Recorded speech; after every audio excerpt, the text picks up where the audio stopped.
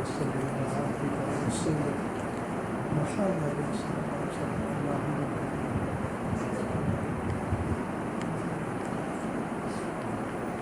اللهم رضيت بالله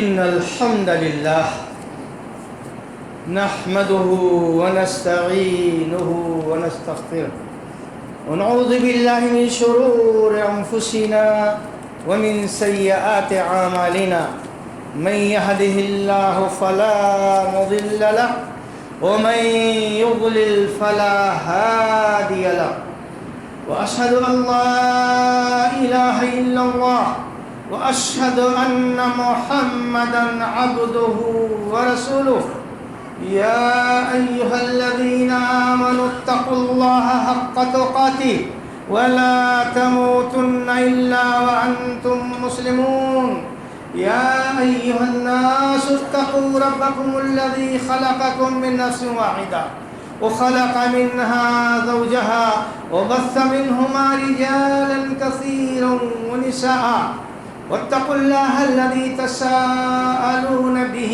والأرحام إن الله كان عليكم رقيبا يا أيها الذين آمنوا اتقوا الله وقولوا قولا سديدا يصلح لكم أعمالكم ويغفر لكم ذنوبكم ومن يطع الله ورسوله فقد فاز فوزا عظيما أما بعد فإن خير الحديث كتاب الله وخير الهدي هدي محمد صلى الله عليه وسلم وشر الأمور محدثاتها وكل محدثة بدعة وكل بدعة ضلالة وكل ضلالة في النار.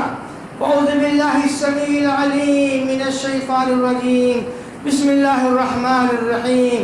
إنما يعمر مساجد الله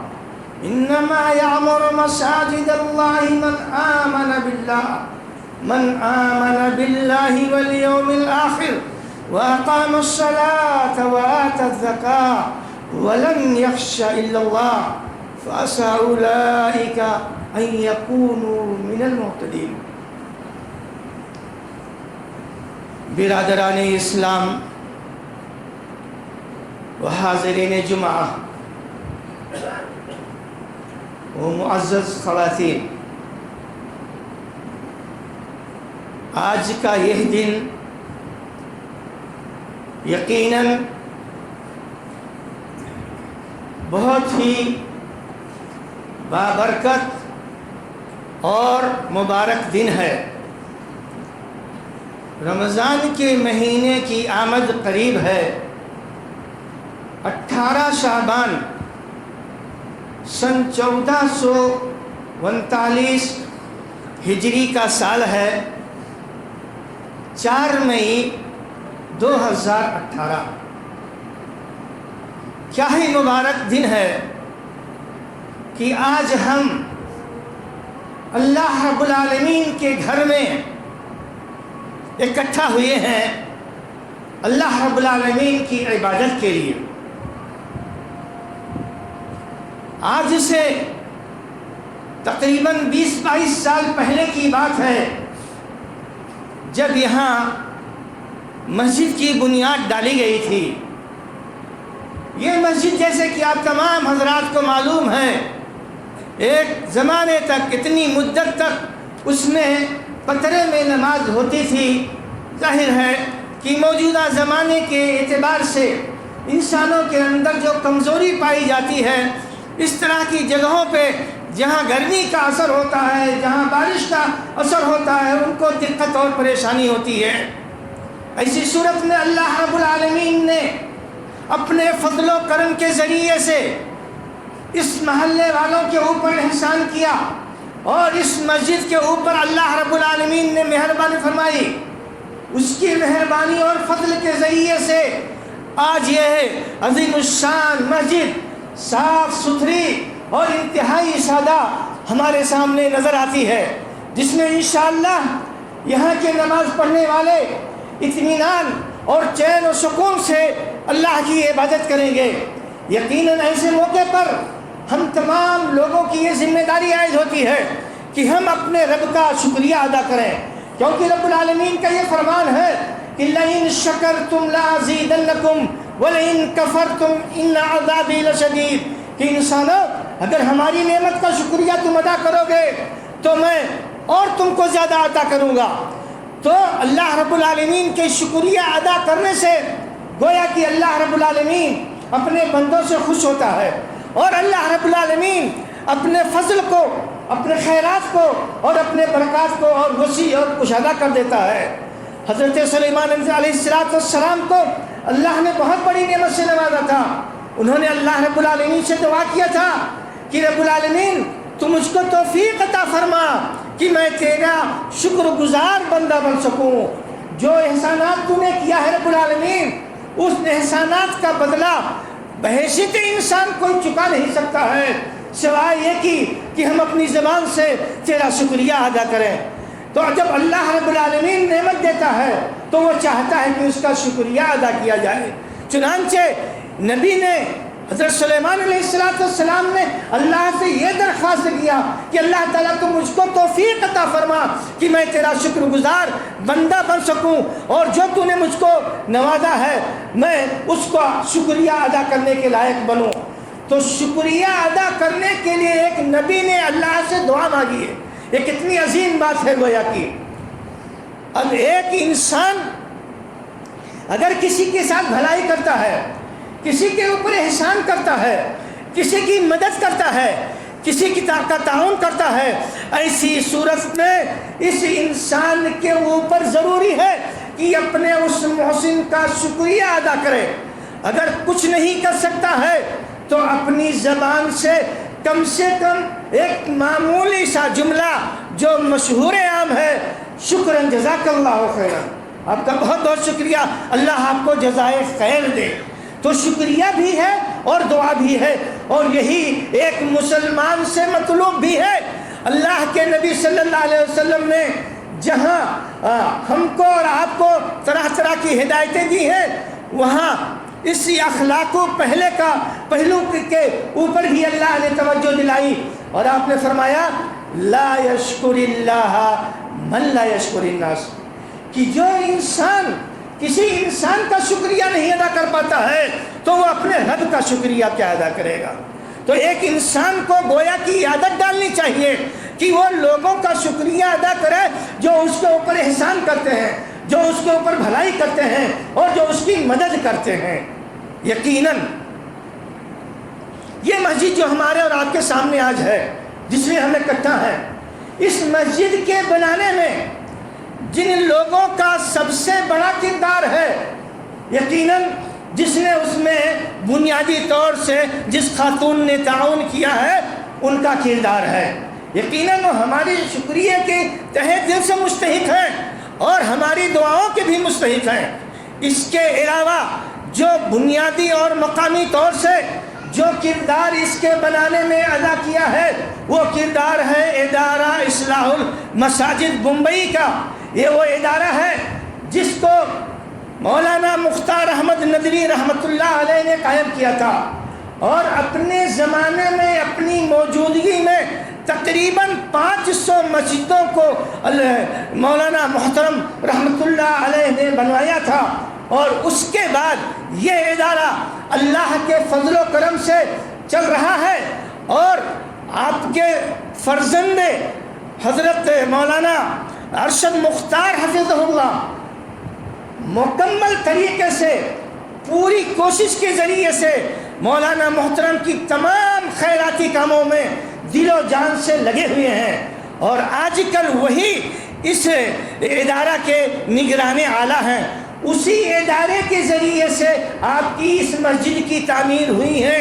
یقیناً ہمارے دعاؤں اور شکریہ کے مستحق یہ تمام حضرات ہیں۔ اللہ رب العالمین مولانا مختار رحمۃ اللہ علیہ کو کے کاموں کو، تمام نیک کاموں کو اللہ رب العالمین قبول فرمائے۔ وہ تمام لوگ جو اس میں آج لگے ہوئے ہیں، اللہ رب العالمین ان کی خدمات کو قبول فرمائے۔ رب العالمین ان کی گناہوں اور غلطیوں کو معاف فرما دے۔ رب العالمین ان کو مزید دین کے خدمت کرنے کی توفیق عطا فرما۔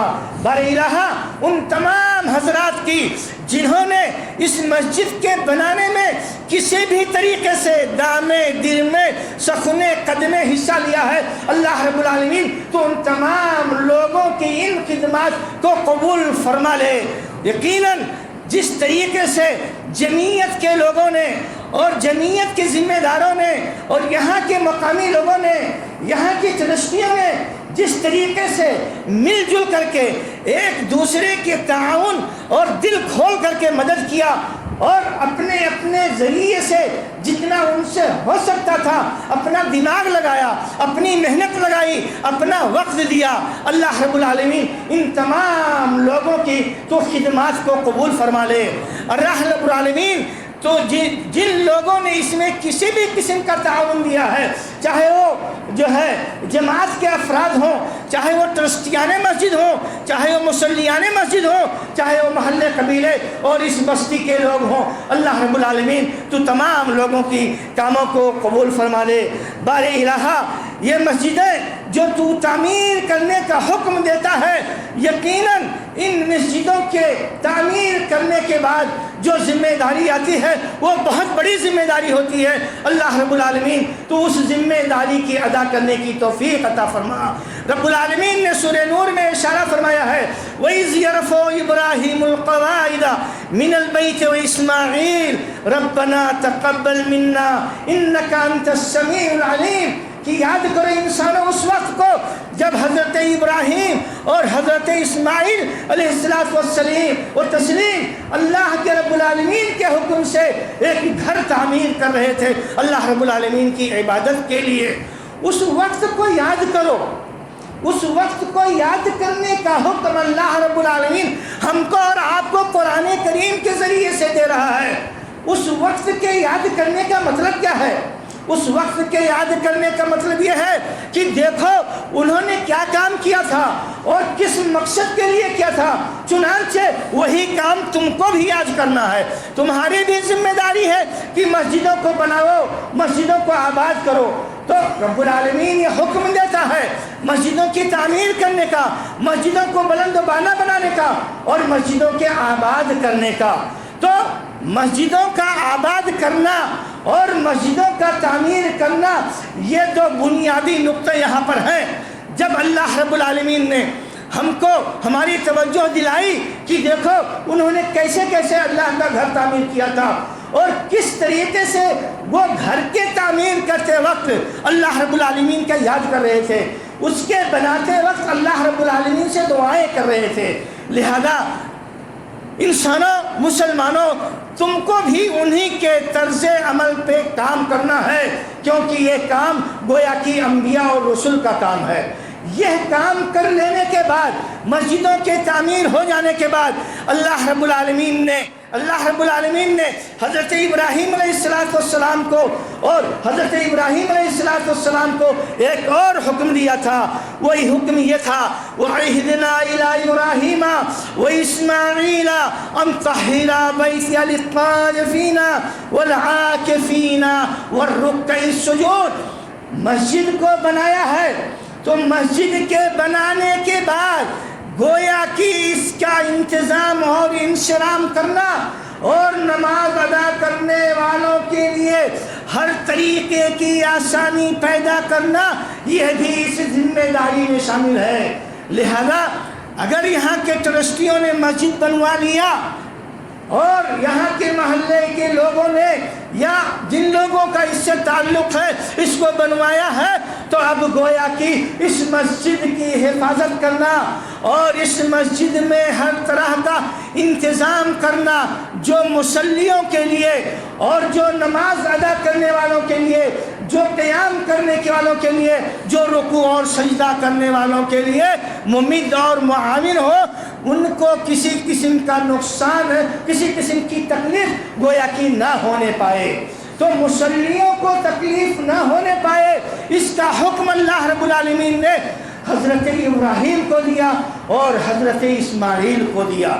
مختلف آیتوں میں اللہ رب العالمین نے خانہ کعبہ کی تعمیر کا تذکرہ قرآن کریم میں کیا ہے، اور اس میں جو دروس اور سبق انسانوں کے لیے ہیں اس کو اللہ تعالیٰ نے واضح فرمایا ہے۔ اللہ کے نبی صلی اللہ علیہ وسلم کا فرمان ہے کہ مسلمانوں اپنے اپنے محلوں میں مسجدوں کو بناؤ۔ یہ اللہ کے نبی صلی اللہ علیہ وسلم کا حکم ہے، بطور حکم آپ نے یہ فرمایا تھا۔ امر رسول اللہ صلی اللہ علیہ وسلم ببناء المساجد فی الدور وان تنظف وتطیب، کہ محلوں میں مسجدوں کو بنواؤ اور یہ کہ اس کو صاف ستھرا رکھو اور اس کو خوشبودار اور معطر رکھو۔ صاف ستھرا رکھنا، خوشبودار اور معطر رکھنا، یہ اس کے جو ہے آسانیوں میں سے ایک آسانی ہے۔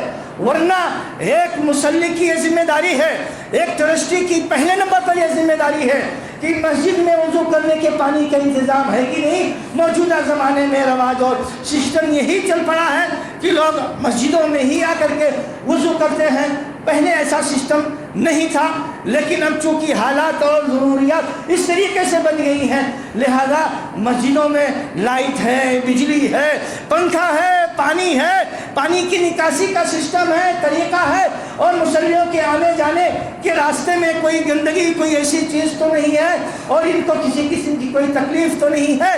یہ اب ہم تمام لوگوں کی ذمہ داری عائد ہوتی ہے کہ ہم اس کو سوچیں، اس نقطے کو، کہ آخر یہ مسجدیں جو چلتی ہیں کسی فرد واحد کے فنڈ سے نہیں چلتی ہیں، لہذا اب ہم لوگوں کی ذمہ داری عائد ہے کہ اپنے اپنے مسجدوں میں جہاں بھی ہم ہیں ان مسجدوں کا بھرپور تعاون کریں، اور اس میں کسی قسم کی پریشانی اس بنیاد پر نہ آنے دیں کہ بھائی پیسہ نہیں ہے تو کیا کریں، بجلی کا بل نہیں جمع کرنے پائے اس لیے لائٹ کٹ گئی، پانی کا انتظام نہیں ہو سکا، وغیرہ وغیرہ، یہ چیزیں نہ ہونے پائیں۔ گویا کہ یہ ذمہ داری اللہ رب العالمین کی جانب سے اور اپنے نبی کی جانب سے ہم کو اور آپ کو دیا جا رہا ہے۔ یقیناً ایسا کرنے سے ایک مسلمان کا دل مسجد کے ساتھ لگا رہے گا، اور جب ایک مسلمان کا دل مسجد کے ساتھ لگا رہے گا تو یہ اللہ رب العالمین کی شہادت ہے کہ اللہ رب العالمین سے اس کا رابطہ مضبوط ہے، اور اللہ رب العالمین کے اوپر اس کا ایمان ہے، اور قیامت کے دن پر اس کا ایمان ہے۔ یہی بات اللہ رب العالمین نے قرآن کریم کی اس آیت میں اللہ رب العالمین نے فرمائی ہے، انما یعمر مساجد اللہ من آمن باللہ والیوم الآخر۔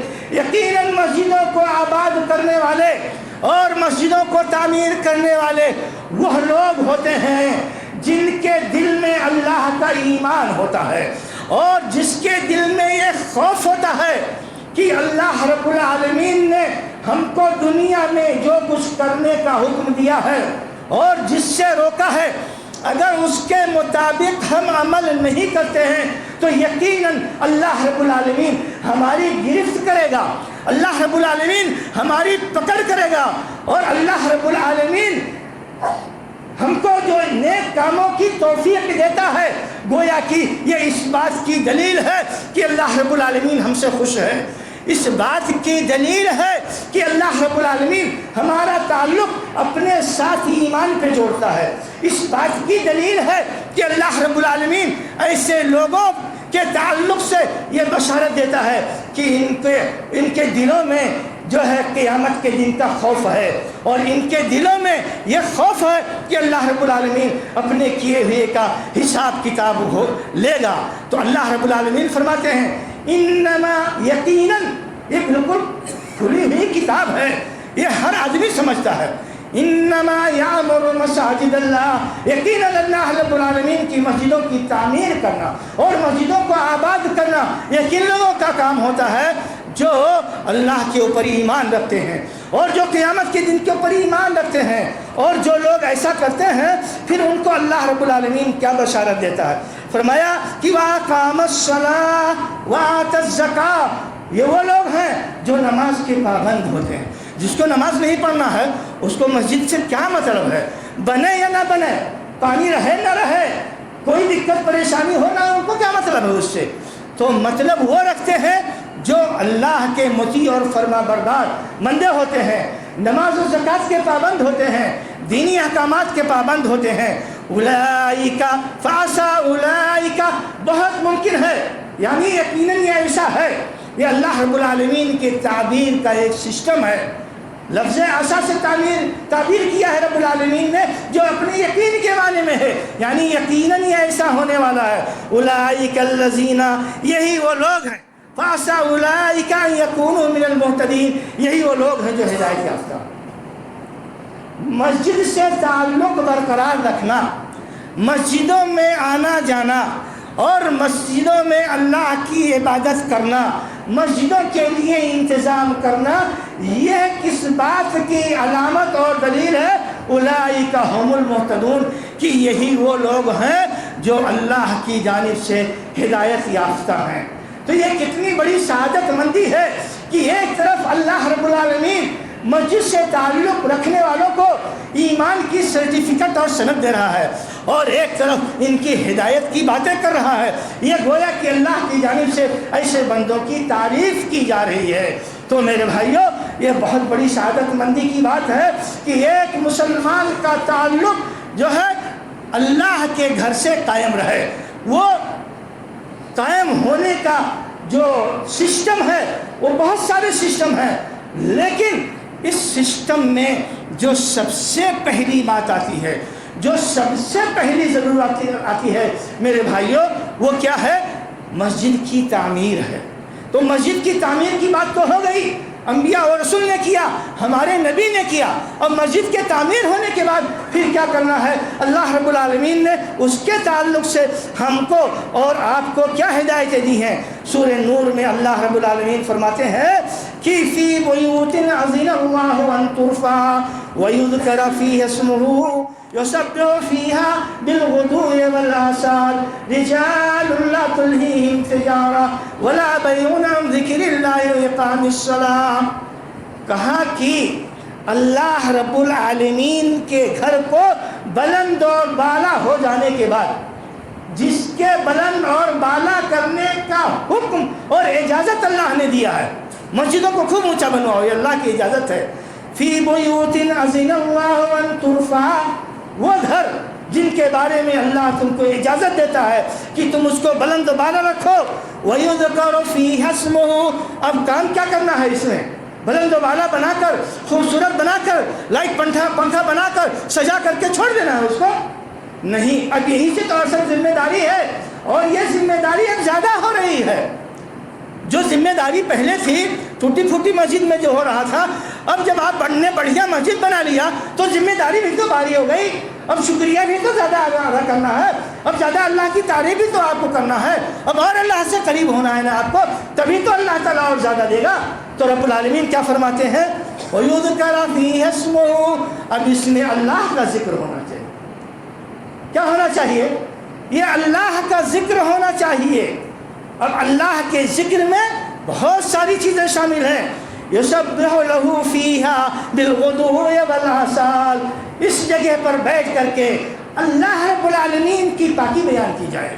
صبح اور شام جب تم کو وقت ملتا ہے تب آؤ اور اللہ رب العالمین کی تسبیح بیان کرو، اللہ کی پاکی بیان کرو، اور یہ اقرار کرو کہ اللہ رب العالمین ہر عیب سے پاک ہے اور ہر چیز سے اللہ رب العالمین بے نیاز ہے.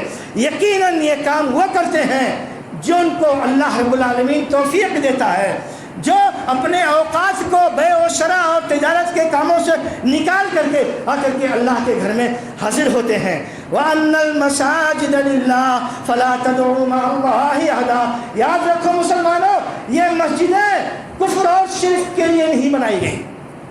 ان مسجدوں میں جب آنا تو صرف رب العالمین کو یاد کرنا. رب العالمین کے علاوہ اگر کسی کو آپ نے مسجد میں اس حیثیت سے اور اس تصور سے یاد کیا تو یقیناً آپ نے جو کام کیا یہ مسجد کے تعمیر کے منافی کام ہے. کیوں؟ کیونکہ مسجد کے تعمیر کے بعد جو کام کرنا ہے تو کیا کرنا ہے؟ وَأَنَّ الْمَسَاجِدَ لِلَّهِ فَلَا تَدْعُوا مَعَ اللَّهِ أَحَدًا. اب یہاں آ کر کے کسی غیر اللہ کا نام نہیں لینا، ورنہ تمہاری نماز بیکار، تمہاری عبادت بیکار اور تمہارا سب کچھ بیکار ہو جائے گا، تمہارے ایمان زد پر آ جائے گا انسانوں. لہذا اللہ رب العالمین کے لیے ہے. اب نماز پڑھنا ہے تو صرف رب العالمین کے لیے، کسی کو دکھانے کے لیے نہیں، کسی کو بتانے کے لیے نہیں، کسی خارجی دباؤ سے نہیں، صرف رب العالمین کو خوش کرنے کے لیے اور عبادت کی جو ذمہ داری اللہ نے دیا ہے اس ذمہ داری کو ادا کرنے کے لیے. تو یہ اللہ رب العالمین کی ہدایت ہے کہ انسانوں صرف رب العالمین کی عبادت مسجدوں میں ہونی چاہیے. اللہ کے رسول صلی اللہ علیہ وسلم نے فرمایا انما ہی لذکر اللہ عز وجل واقام الصلاۃ وقراءۃ القرآن کہ مسجدیں اللہ کی یاد کے لیے بنائی جاتی ہیں، نماز ادا کرنے کے لیے بنائی جاتی ہیں، قرآن کریم کی تلاوت کرنے کے لیے بنائی جاتی ہیں. یقیناً میرے بھائیوں مساجد کا وجود مسلمانوں کے وجود سے بالکل جمع ہوا جٹا ہوا ہے، مرتبط ہے. اگر مسجد نہیں ہے تو یہ تصور کیا جاتا ہے کہ اس گاؤں میں مسلمان نہیں ہیں. یہ جناب محمد رسول اللہ صلی اللہ علیہ وسلم کا تصور تھا، صحابہ کرام کا تصور تھا. کہیں آپ غزوے میں جاتے تھے، کہیں حملہ کی ضرورت ہوتی تھی تو پہلے آپ یہ انتظار کرتے تھے فجر کے وقت کی کہ بستی سے اذان آتی ہے کہ نہیں. اگر اذان آئی تو سمجھو مسلمان، اور اذان نہیں آئی تو سمجھو یہاں مسلمان نہیں.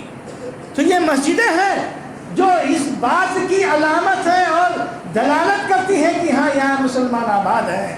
اور مسجد موجودہ زمانے کی مسجدوں کے تعمیر کا جو سسٹم ہے ماشاءاللہ بہت دور دور سے یہ مسجدیں اپنے میناروں کی روشنیوں کے ذریعے سے انسانوں کی توجہ مبذول کراتی ہیں کہ ہاں ہمارا وجود ہے، اب تم آؤ. تم کو آواز دی جاتی ہے 5 وقتہ مسلمانوں. اللہ رب العالمین کی بڑائی کے لیے مسجد قائم ہے. جناب محمد رسول اللہ صلی اللہ علیہ وسلم کی عظمت اور آج کے مقام کو سمجھو. ہر جو ہے 5 وقت مؤذن بآواز بلند اور اسپیکر کے ذریعے سے تم کو یہ بتاتا ہے. یہ آواز بستی والے کے ہر فرد کے لیے دعوت ہے، ہر فرد کے لیے یہ پکار ہے، چاہے وہ کوئی مسلم ہو چاہے کوئی غیر مسلم ہو. ہر ایک کے لیے یہ خبر ہے، ہر ایک کے لیے یہ اعلان ہے کہ دیکھو اس کائنات کا سب سے بڑا کون ہے؟ اللہ رب العالمین ہے. اللہ اکبر کی تکرار آپ دیکھو کتنی مرتبہ کی جاتی ہے، اور جناب محمد رسول اللہ صلی اللہ علیہ وسلم کے طور طریقے کے ذریعے اس پر آ کر کے کام کرنا ہے. رسول اللہ صلی اللہ علیہ وسلم کی رسالت کا یہاں سے اعلان ہوتا ہے. تو اب اگر یہ اعلان اتنا عام ہے تو میرے بھائیوں جب ہم ایمان لے آئے تو ہم اس اعلان کا جواب کیوں نہ دیں؟ کیوں نہ ہم اپنے وجود کے ذریعے سے ان تمام مساجدوں کو کھچا کھچ بھر دیں؟ اگر ایسا نہیں ہے، اگر ہم ایسا نہیں کر سکتے تو میرے بھائیوں یہ ہماری بہت بڑی بھول ہی نہیں ہے بلکہ بہت بڑی غلطی ہے. اور یہ ایسی غلطی ہے جس کی گرفت اللہ رب العالمین سے معافی نہ مانگی گئی اور اللہ نے معاف نہ کیا تو یقیناً اس کی گرفت بہت شدید اور بہت سخت ہوگی. میرے بھائیوں اللہ رب العالمین فرماتے ہیں انسانوں ہم کو اور آپ کو سب کو اللہ رب العالمین نے خطاب کیا ہے اقیموا الصلاۃ ولا تکونوا من المشرکین. نماز کی پابندی کرو، مشرک نہ بنو. کیا مطلب ہے آیت کا؟ سمجھنے میں کچھ تکلیف ہے، کسی کو کچھ ڈسٹرب ہے، کچھ ایسی چیز ہے کہ دماغ نہیں قبول کرتا ہے؟ دماغ ضرور قبول کرتا ہے. کیا ہے اس میں؟ اقیم الصلاۃ، نماز کی پابندی کرو، نماز کو اس کے آداب اور شروط کے ساتھ وقت پر ادا کرو. ولا تکونوا من المشرکین، مشرک نہ بنو. کیا مطلب ہوا؟ اگر نماز کی پابندی نہیں کرتے مسلمانوں تو پھر مسجد بنانے سے کچھ حاصل نہیں ہوگا. یہ مسجد نہیں مطلوب ہے، مسجد یہ ذریعہ ہے. مسجد اکٹھا کرنے کا ایک سسٹم اللہ نے دیا ہے، ایک روحانی ماحول بناتا ہے. ایک اللہ رب العالمین آپ کو ایک ایسا ماحول دیتا ہے جہاں آپ اپنے رب سے نہایت ہی اخلاص کے ساتھ قریب ہو سکتے ہو. تو یہ مسجدیں صرف کیا ہیں؟ یہ خالی اسباب ہیں، خالی ذرائع ہیں. مقصد کچھ اور ہے، اور مقصد وہ ہے اللہ سے قریب رہو، مشرک بن کر کے دنیا میں زندگی نہ گزارو. میرے بھائیوں اس نماز کی اتنی اہمیت ہے کہ اللہ رب العالمین نے ایمان کے بعد سب سے پہلے اسی کو ہم کو دیا تھا.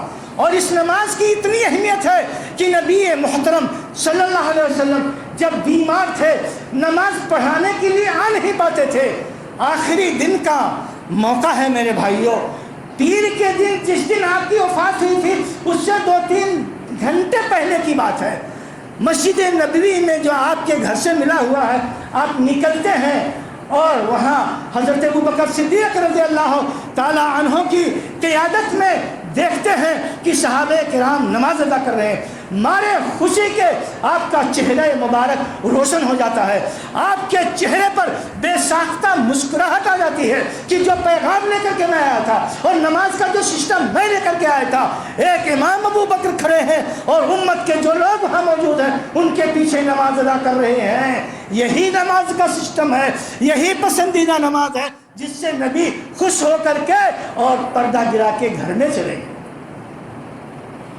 آج تو ہماری نماز ہی میں اختلاف ہے کیسے پڑھا جائے. ارے دیکھو کیسے پڑھے تھے وہ لوگ, تو ہم لوگ تو ادھر ادھر معلوم نہیں کس کس گلی میں اور کس کس راستے میں جا رہے ہیں.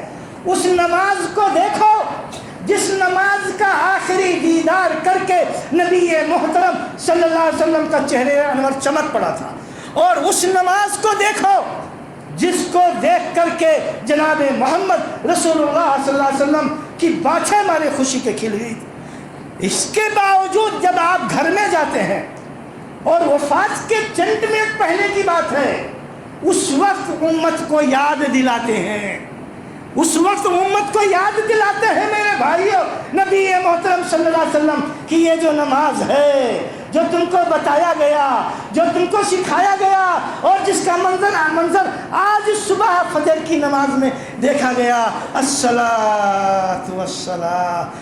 مسلمانوں اس نماز کو نہ چھوڑنا, مسلمانوں اس نماز کو نہ چھوڑنا. یہی آخری پیغام ہمارے نبی صلی اللہ علیہ وسلم کا ہمارے لیے ہے.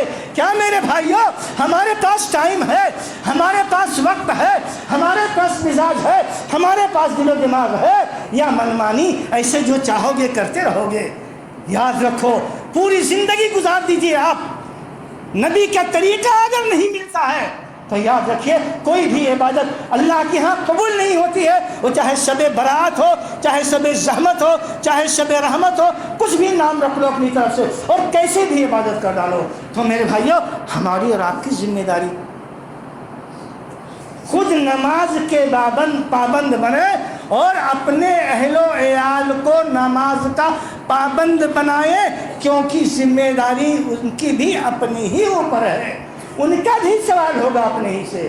لہذا تہیہ کیجئے, آج اس سے تہیہ کر لیجئے کہ اب انشاءاللہ ہم نماز کے پابند بنیں گے, اور پھر رمضان کا مہینہ آ رہا ہے, انشاءاللہ ہم اس مہینے میں اپنے رب سے اور قریب ہو جائیں گے. اللہ رب العالمین سے دعا ہے کہ اللہ رب العالمین تو ان تمام لوگوں کو کی خدمات کو قبول فرما لے. مولا کریم جنہوں نے اس میں کسی طرح سے کوئی تعاون اور مدد کی ہے, خاص طور سے اللہ رب العالمین جنہوں نے اس کے لیے جو پیسہ ڈونیٹ کیا ہے, اللہ رب العالمین تو ان کے کاموں کو قبول فرما لے. رب العالمین ہم تمام مسلمانوں کو تو اس بات کی توفیق عطا فرما کہ ہم تیرے کہنے کے مطابق, تیرے رسول کے بتائے ہوئے شریعت کے مطابق ہم نمازیں ادا کریں اور دین کا ہر کام کریں. رب العالمین ہماری ہر قسم کی گناہوں کو, ہر قسم کی غلطیوں کو, ہر قسم کی غفلتوں کو, ہماری کوتاہیوں اور کاہلی کو رب العالمین معاف فرما دے. بار الہ جب تک ہم اس دنیا میں زندہ رہیں, دین اسلام پر زندہ رہیں اور ہمارا خاتمہ ہو تو ایمان پر ہو. آمین یا رب العالمین. اقول قولی ھذا واستغفر اللہ لی ولکم ولسائر المسلمین من کل ذنب فاستغفروه انه هو الغفور الرحیم.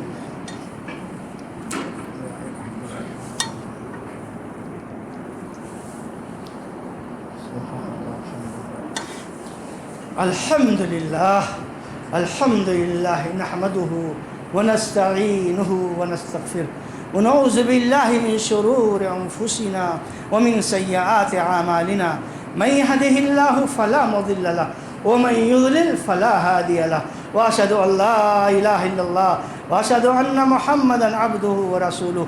إن الله وملائكته يصلون على النبي يا أيها الذين آمنوا صلوا عليه وسلموا تسليما.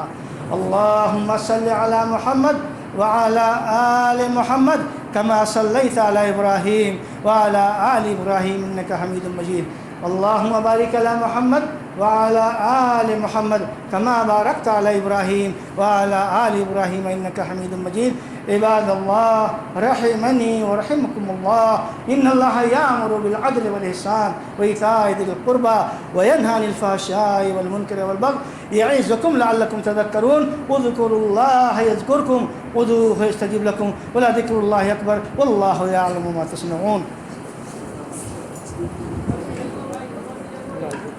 یہ لیجیے پہلے یہ لیجیے.